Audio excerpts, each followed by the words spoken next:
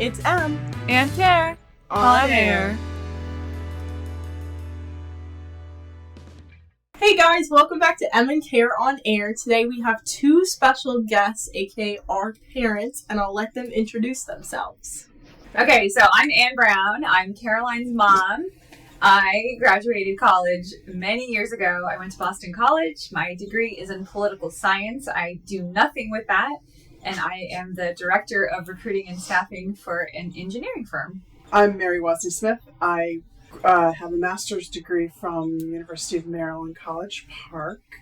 And I also, because I wanted to have a job, got a master's degree from Catholic University. I have a master's of social work, and that's what I do. I'm a psychotherapist in private practice. Yeah, that's what I do. And I've been doing that for a really long time because I'm very old. Well, it's just interesting that obviously you're going into social work and then I'm going kind of into business. So, you know, kind of reflections. Yeah.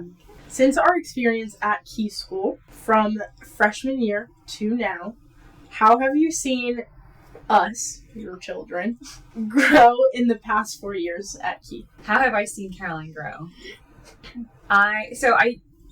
I think we used to be really into sports, and Caroline was a competitive gymnast for so long, to the point where she was homeschooled forever. And then we were big in soccer and volleyball, and it's not that school was secondary, but I think we were a little bit more focused on sports. And then Caroline just decided that she was going to focus on school, and so she made school her sport. And really proud of how she formed relationships with her teachers and took hard classes and learned to, navigate friendships and all the crazy homework and classes that you had. So definitely a lot of growth in the past 4 years. Super proud of what she's done. I would say I have been surprised at times, like we'll be talking and I'll think, oh, wow, she sounds a lot more mature than the last time I checked in about this. And so it's been like fits and starts. And here lately, all of a sudden, really coming home to the fact, Emma, that you're an adult. I mean, in my head, because I'm almost 60, you're a young adult. But really hearing that and having the opportunity now between being the captain of the varsity team and your work, I've seen you through other people's eyes, like how you are about the kids you babysit, how you deal with the parents of your babysitting clients.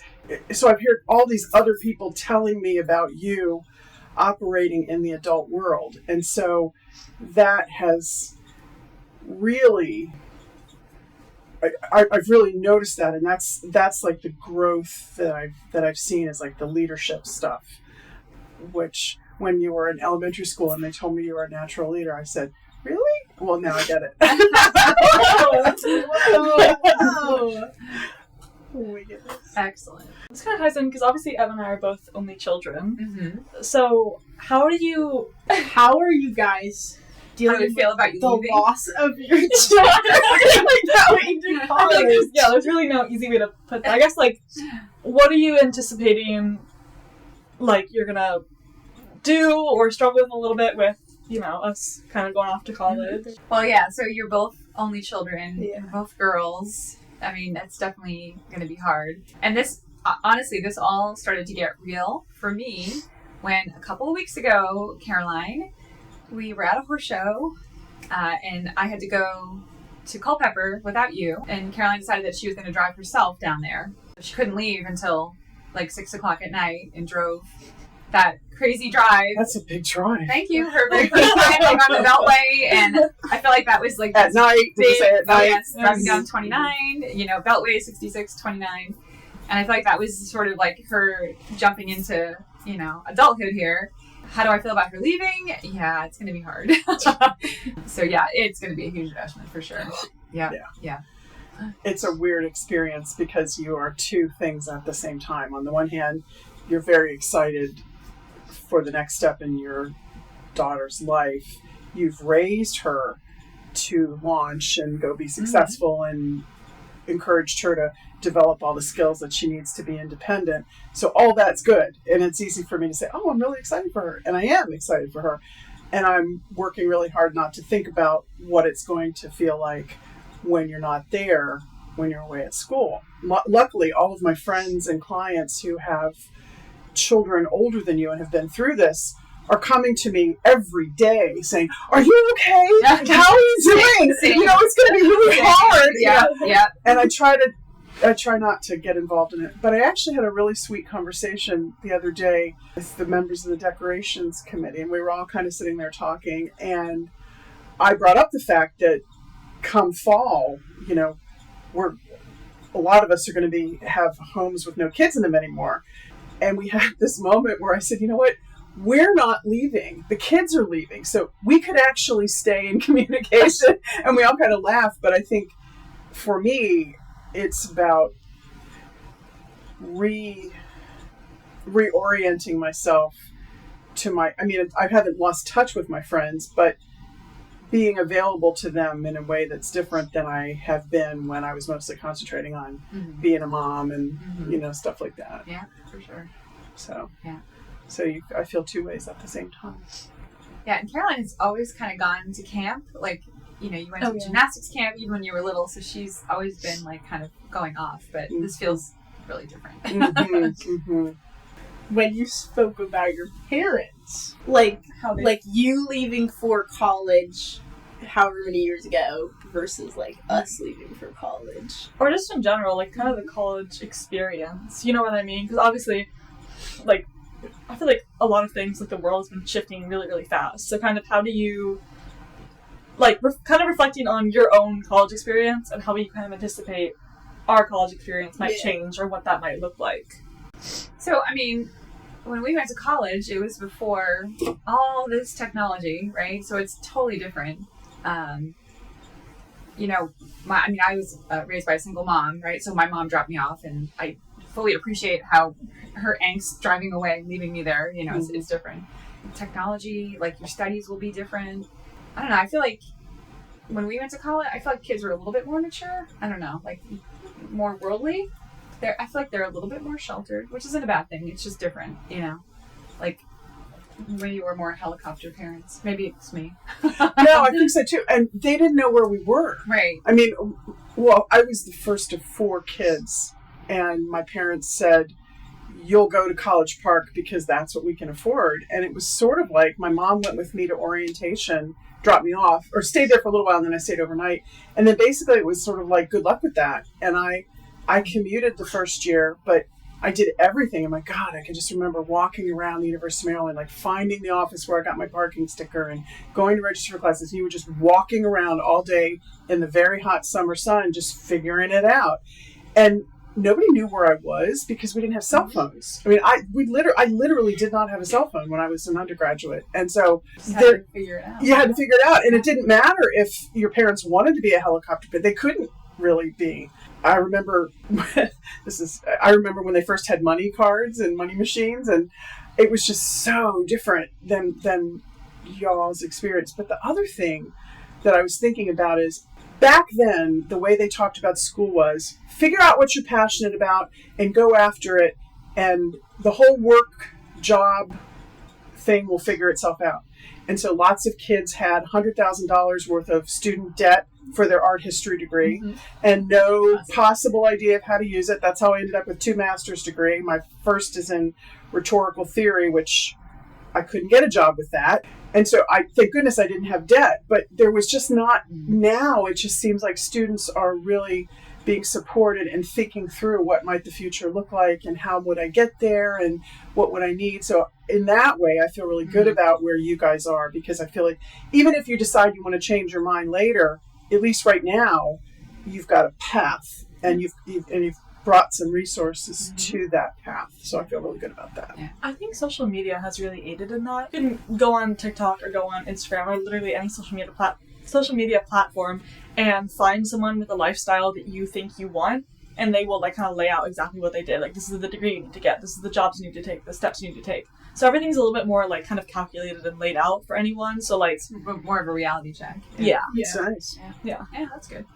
Well, what about you guys? I mean, how do you see your attitudes towards parents shifting as you're being more independent, or has anything shifted yet for you? Because if it hasn't, I know it will. Yeah. But I wonder if you've noticed any changes.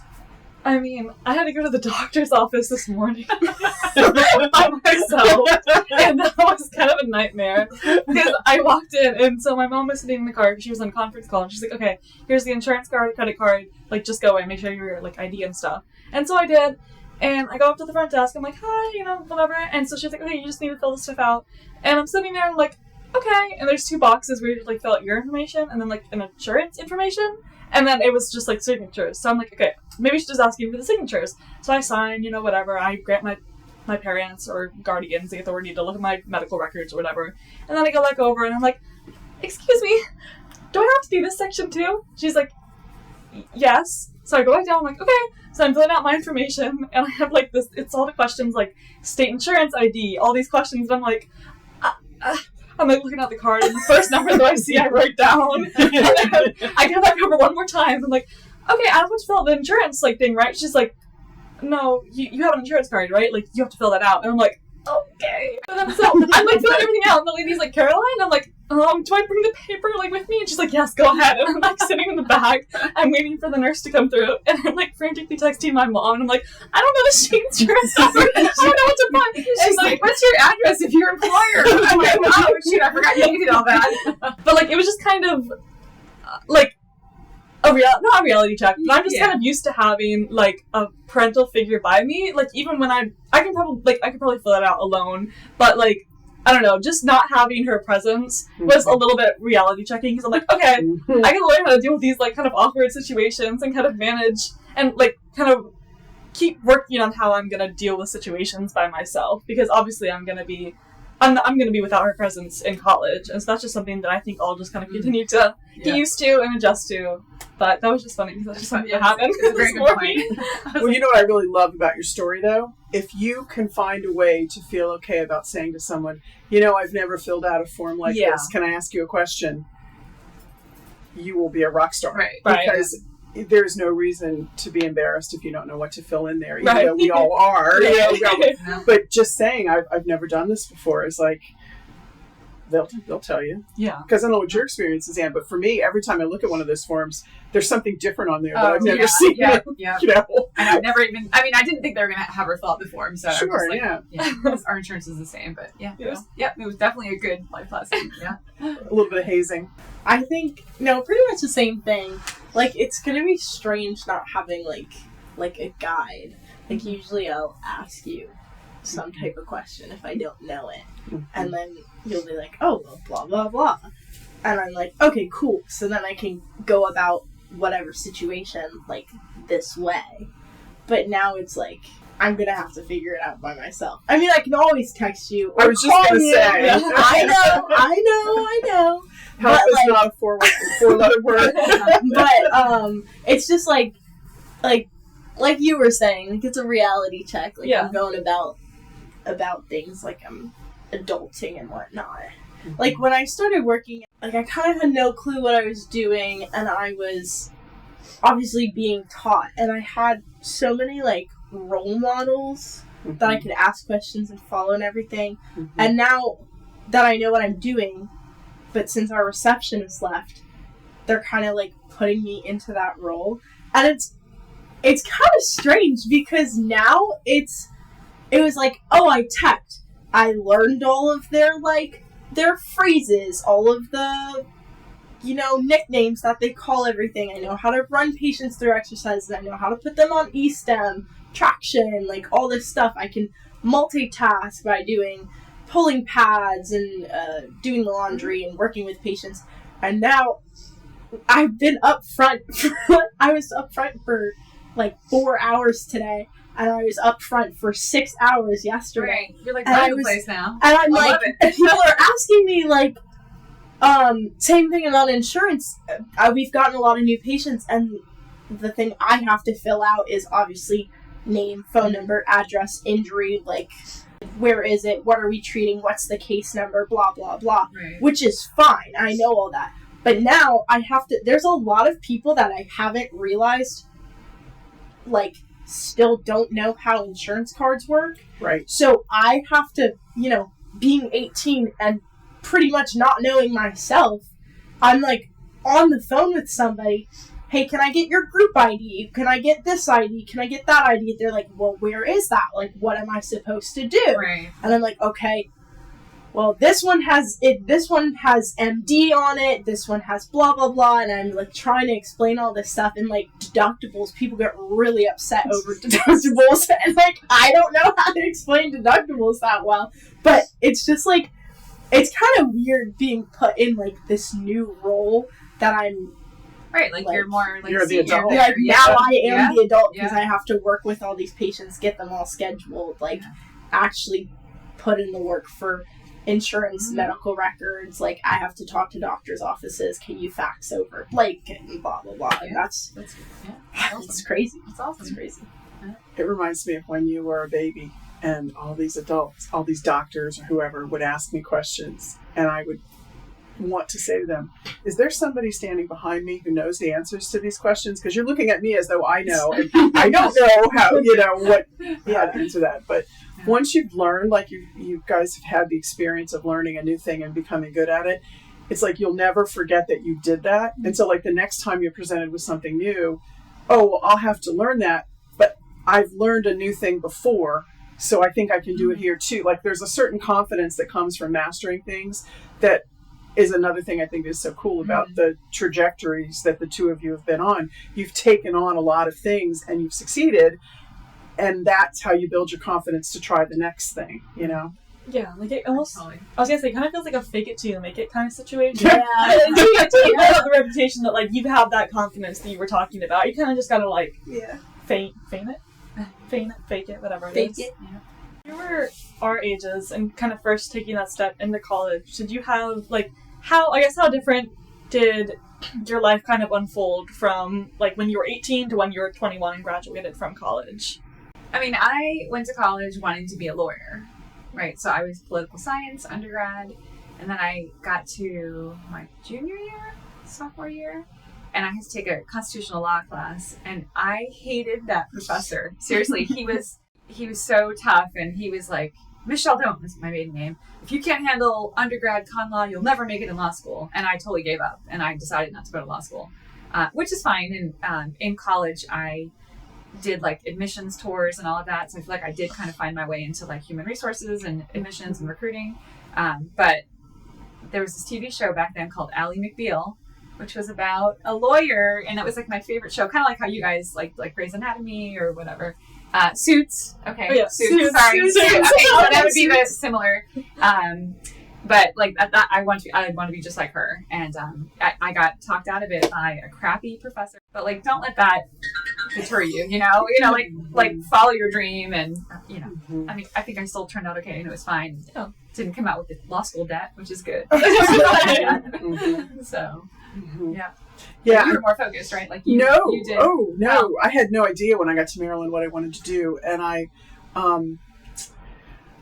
loved speech and debate, public speaking and all of that.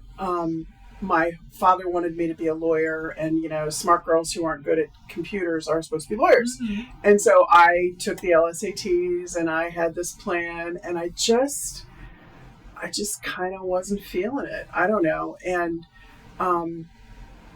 but I loved speech, and so I ended up majoring in speech communication and minoring in political science. And then I didn't have a clue what I was going to do. And I literally got a call. I graduated and got, like, some job working as a technical writer because I could write, but I didn't really know what I was going to do. And I get this call from the graduate school saying, hey, you know, you had some pretty good, what would you think about going to graduate school? And so in July of the year I graduated undergraduate, I enrolled at Maryland in their graduate program. Really ticked off my employer thought that I was, like, lying when I took the job. They said, well, you were going to graduate school. It's like, no, they just called me and asked me if I wanted to come back, and they didn't believe me. So that was kind of ticked off my first job. But then when I got my degree from there, I really didn't know what I was going to do with that either, and I never knew how to network or, like, I guess get a job as a speechwriter would have been probably what I would have wanted to do. So then I just worked for a little while, and then I came up with the brilliant strategy of I want a job that I can open up the Washington Post under the want ads, they had those back then, and find help wanted for this. And they had social worker, and I liked working with people, and I did love doing groups. I worked as a trainer and things like that when I was before and so that's, but I didn't have a clue. Yeah. And that's, so I wouldn't say I had a straight path at all, but I like what you guys said too. Like if there's anything you want to do, talk to somebody who actually does it. Yeah. Not only find out how they did that, but find out what they actually do. Because I always wondered if I should have gone to law school until I sued an insurance company and I had to sit for a deposition. And I hated it so much. And I called a friend of mine who is a lawyer, and I told her about the experience. She's like, "Oh yeah," and we sort of talked about it. And in that moment, I realized I shouldn't have been a lawyer. It was the right decision. But I actually, I was 40 when that happened. I didn't. All those years, I always wondered if I should have listened to my father and been a lawyer. My friends who are lawyers that hate it only stick with it because they have to pay their law school debt. That's right. So if you can't go to grad school without the debt, then that certainly frees up your career options. But I mean, there was a time where I thought I wanted to be an astronomy major because I like to look at the stars. But I'm not that good at math and I hate physics, so it's not going to be. But I need to let yourself think, I could want something completely different. And there's this thing that what is her name? Martha Beck says. It's like that game when you're a little kid, like you're trying to find something in a room and the people in the room are going, warmer, colder. Yeah. And she says that's how you find your passion. Like if you're interested in something and you're moving towards it and it feels really good, and then all of a sudden you're thinking, I'm not feeling it. Like you stop and you kind of ask yourself, what do I want now? And sometimes it could be, I want something completely different.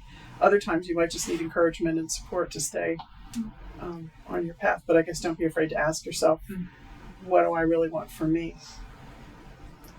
I guess it's kind of a hard line to sometimes draw, if that makes sense. Like kind of having your passion and then having something that I don't know how to phrase this, but I feel like sometimes it can be tough to kind of have something you're really passionate about and then also kind of face the reality of the world around you and kind of the reality of the situation of actually pursuing that. If that makes sense? Yeah. So, I don't know. I think that's just something that, people are going to, at least I'm going to struggle with for a little bit. Just finding out what you're interested in, and then something that you also know you wouldn't mind going into the, job career. Well, also, at least now, mostly because of, I would say, social media, you see a lot of people wanting to, their goal is to get to this place and be this person and do this, have this job.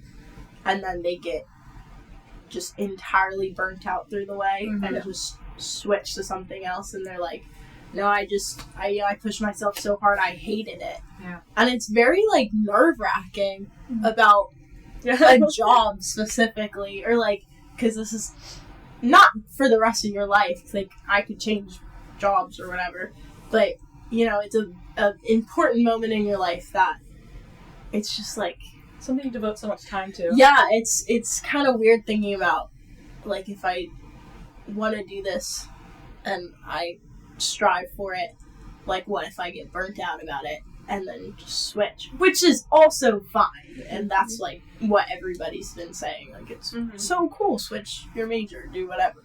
But, I don't know, it's just a little nerve-wracking to think about that. Yeah.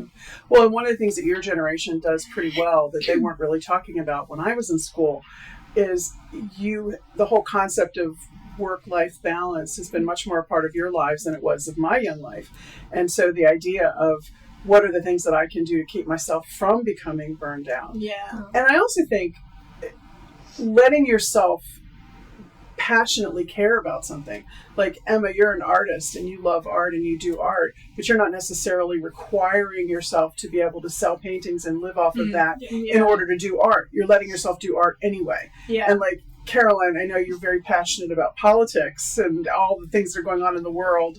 And whether or not you become a politician, you can still be interested, right? Yeah. And that's me too. I don't make any money off of politics, but I'm an avid reader of the paper and I get involved with it. And so it's don't think that everything you care about has to translate into something you can make money off of. Yeah. Because I think that is a way to get burned out.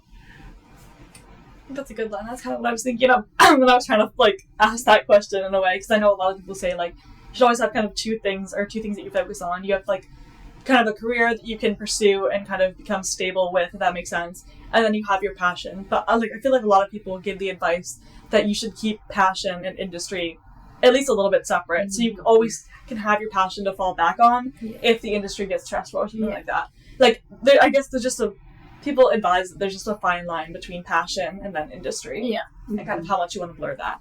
Well, having said this, as a feminist, I want to say to both of you girls, run for something. Don't think that you couldn't get involved in, things like that too, just because, women we disqualify ourselves. We say, oh, I need to get a degree, and then say, oh, I think I'll go run for something. Yeah. Well, yeah. So when you're talking about passion, right? So if I could have my dream career, I would ride horses, right? Yeah. So if I could have my salary and my benefits and my job security, I would ride horses any day. However, horses don't pay any money, and it's dangerous, and there's no benefits involved.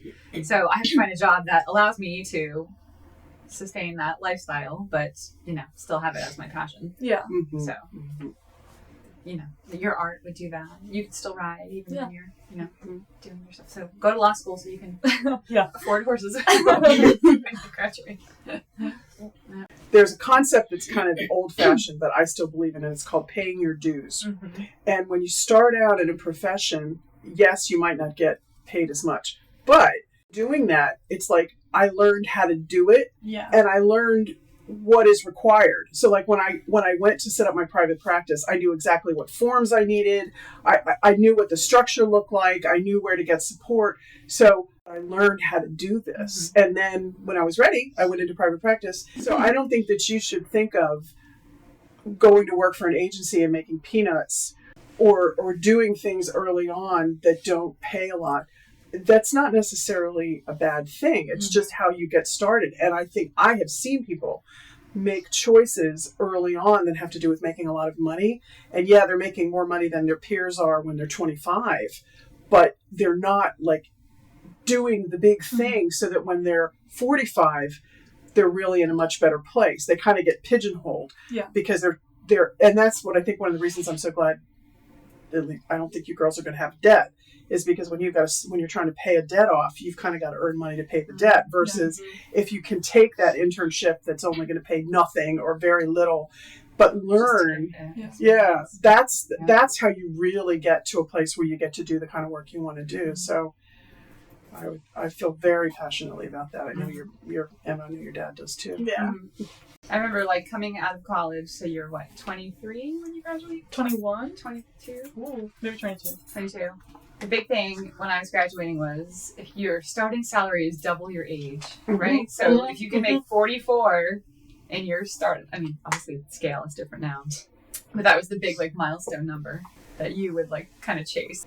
I've been listening to a book called Moral Ambition, and he's talking about how so many of the brightest minds of each generation goes in to do jobs like they go into finance or something like that, and that the idea that you would care about something and you would find a problem in the world that you wanted to solve and then go about trying to solve it and doing it in this way that says, it doesn't matter if I don't know anything about this, I'm going to learn about it and I'm going to get involved and I'm going to see what I can do.